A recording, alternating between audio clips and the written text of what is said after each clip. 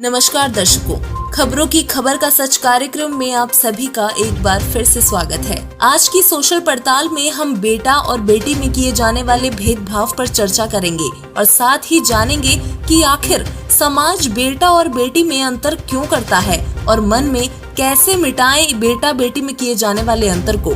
हमारे समाज की एक बहुत बड़ी बुराई ये है कि उसमें बेटा और बेटी में बहुत अधिक फर्क किया जाता है। क्या आपने कभी सोचा है कि भारत में लड़की के जन्म पर इतना दुख क्यों मनाया जाता है? क्योंकि लड़के लड़की को लेकर भेदभाव लैंगिक आधार पर नहीं बल्कि आर्थिक कारणों की वजह से शुरू हुआ। क्या लड़की का जन्म माता पिता को इसलिए भी डराता है क्योंकि उसके विवाह में हैसियत से बढ़कर दहेज देना पड़ता है और उसकी इज्जत को बचाए रखने के लिए सदा चौकस रहना पड़ता है। पहले बेटी पैदा होते ही या तो उसे मार दिया जाता था या गंगा में बहा देते थे या फिर जिंदा ही जमीन में गाड़ दिया जाता था। बेटे के जन्म पर जहां थाल बजाए जाते थे, गांवों के गांवों को न्योते दिए जाते थे, तो बेटी के जन्म पर बेटी को जन्म देने वाली मां भयभीत और पूरे परिवार में शोक की लहर छा जाती थी, मानो किसी की मौत हो गई हो। समाज की परंपराएं बड़ी ही दोगली रही है। बेटे से विवाह करने के लिए तो लड़की चाहिए जिससे वंश बेल आगे बढ़ सके, परंतु एक औरत द्वारा पहली संतान बेटा होना चाहिए, मानो बेटी का पैदा होना अभिशाप हो। बेटे की शिक्षा में कभी पैसों का हिसाब नहीं रखा जाता, लेकिन बेटी को शिक्षा दिलाना किसी युद्ध में जीत की तरह होता है। बेटे को हर आजादी दी जाती है, लेकिन बेटी को बचपन से ही उसकी सीमाएं बता दी जाती हैं। दोस्तों, विचार कीजिएगा, क्या ऐसी गलत मानसिकता के साथ कोई भी समाज तरक्की कर सकता है? लेकिन लोगों की मानसिकता में बदलाव लाना इस भेदभाव को खत्म करने में मदद कर सकता है। आइए अब हम वर्तमान समय में बेटियों की स्थिति पर एक नजर डालते हैं। दरअसल आज बेटियां किसी भी कार्य क्षेत्र में पीछे नहीं हैं, चाहे वो खेल हो, कुश्ती, डॉक्टर, वकील, साइंटिस्ट, पायलट, टीचर, पुलिस अफसर आदि। वो घर, परिवार और ऑफिस तीनों को बखूबी संभाल रही हैं। लेकिन फिर भी घर, परिवार, ऑफिस और समाज के लोग उन्हें हमेशा ही पीछे रखने की कोशिश करते हैं। अधिकतर परिवारों में समाज और बिरादरी के डर से नाबालिग लड़की की या फिर लड़की के 18 वर्ष के होते ही उसकी शादी कर दी जाती है। ऐसी उम्र में ना तो लड़की मानसिक रूप से और ना ही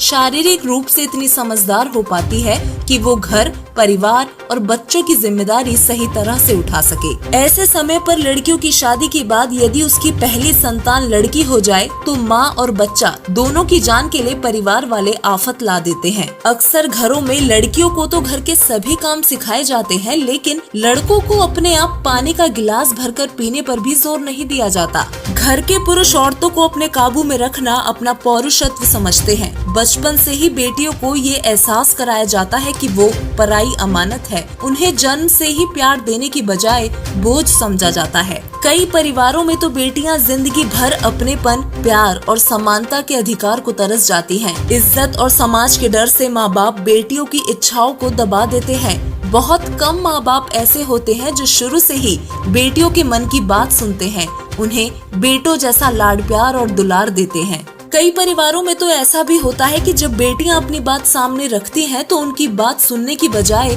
उन्हें मार पीट कर चुप करा दिया जाता है। आज भी गरीब घरों और गांवों में बेटियों का जीवन स्तर बहुत खराब है।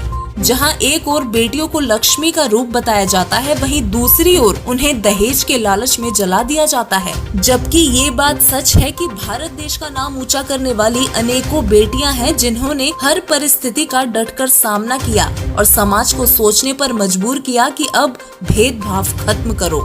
जैसे रानी लक्ष्मीबाई, रानी पद्मावती, माता सीता, द्रौपदी, कुंती से लेकर Kalpana Chawla, Bachendri Pal, Mary com, PT Usha, Deepa Karmakar, Mitali राज, गीता फोगाट, सरोजनी नायडू, इंदिरा गांधी, सरला ठकराल, शिवांगी, असीमा चटर्जी, किरण बेदी आदि बेटियां भारत का गौरव है। अक्सर कहा जाता है कि बेटा घर की शान होता है और बेटी आन होती है। आइए जानने की कोशिश करते हैं कि ये सब कहाँ तक सही है। कई मामलों में लड़कियों के जन्म से पहले ही भेदभाव शुरू हो जाता है और उनकी भ्रूण हत्या कर दी जाती है। आइए अब एक बेटी के साथ होने वाले अपराधों पर नजर डालते हैं। आज देश की महिलाएं doctor, scientist, astronaut, police officer, IAS officer, president, prime minister, chief minister आदि तक बन रही हैं। लेकिन इतनी प्रगति के बावजूद भी अधिकांश घरों में बेटा और बेटी में फर्क किया जाता है, जिसके चलते उनके साथ कई अपराध होते हैं। ये भेदभाव इतना विशाल है कि ये सब जगह साफ दिखाई देता है, जैसे कि उनका यौन और मानसिक शोषण किया जाता है। कन्या भ्रूण हत्या के मामले इस प्रकार हैं। 2011 की जनगणना के मुताबिक भारत में बाल लिंग अनुपात सबसे कम है, जो कि हर 1000 लड़कों के लिए सिर्फ 914 लड़कियों के साथ है। अब बात करते हैं बाल विवाह की।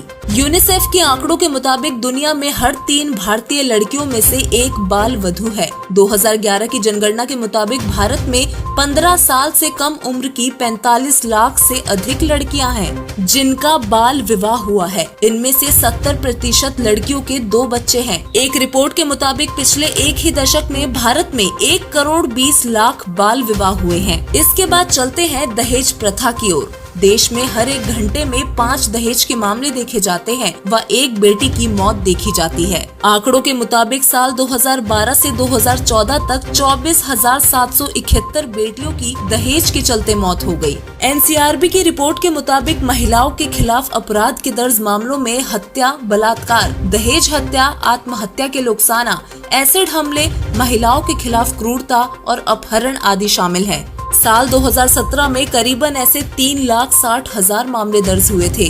वहीं साल 2015 और 2016 में इनकी संख्या 3.4 लाख और 3.3 लाख थी। यह दर्शाता है कि साल प्रति साल देश की बेटियों के साथ होने वाले अपराधों में वृद्धि देखी जा रही है। भारत और अफ्रीकी देशों यमन, इराकी, कुर्दिस्तान और इंडोनेशिया में महिला खतना भी ज्यादा चलन में है। विश्व के कई देश ऐसे हैं जहां लड़की के पैदा होने पर उनका खतना किया जाता है।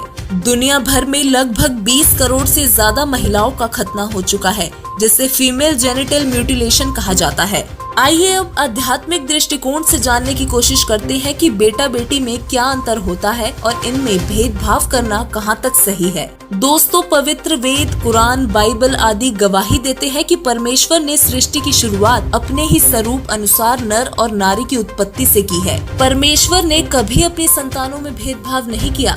हमारे पवित्र सदग्रंथ हमें बताते हैं कि बेटा और बेटी में कोई अंतर नहीं होता। आध्यात्मिक ज्ञान बताता है कि परमेश्वर की इच्छा अनुसार ही प्राणी को संतान रूप में बेटा या बेटी प्राप्त होती है। इसी विषय में परमेश्वर कबीर साहिब जी कहते हैं, नारी निंदा ना करो, नारी रत्न की खान, नारी से नर होत है ध्रुव प्रहलाद समान। परमेश्वर कबीर साहिब जी ने उन सभी महापुरुषों की माताओं को हाथ जोड़कर प्रणाम किया है जिनकी कोख से ऐसे संत और भक्त आत्मा उत्पन्न हुए। इसी विषय में संत गरीबदास जी अपनी अमृत वाणी में बताते हैं, गरीब नारी नारी क्या करे, नारी भक्त विलास, नारी शेती उपजे, धना भक्त रविदास। गरीब नारी नारी क्या करे, नारी कंचन सिंध, नारी से उपजे वाजीद और फरीद।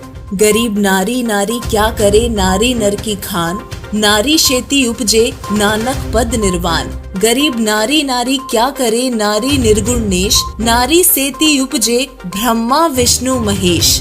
गरीबदास जी बताते हैं कि धना भक्त रविदास जी, वाजीद खान, शेख फरीद, गुरु नानक देव आदि महापुरुषों का जन्म भी नारी से ही हुआ है। वहीं ब्रह्मा, विष्णु, महेश आदि देवी देवताओं का जन्म भी एक नारी से ही हुआ है। वर्तमान समय में जगत गुरु तत्वदर्शी संत रामपाल जी महाराज ही सत्य आध्यात्मिक ज्ञान यानी कि तत्व ज्ञान बता रहे हैं। वो अपने सत्संगों के माध्यम से बताते हैं कि नर हो चाहे नारी, उनकी आत्मा की कोई जाति नहीं होती। सभी प्राणी की आत्मा एक समान है, उसमें कोई भी अंतर नहीं। इसलिए हमने बेटा और बेटी में कोई अंतर नहीं करना चाहिए।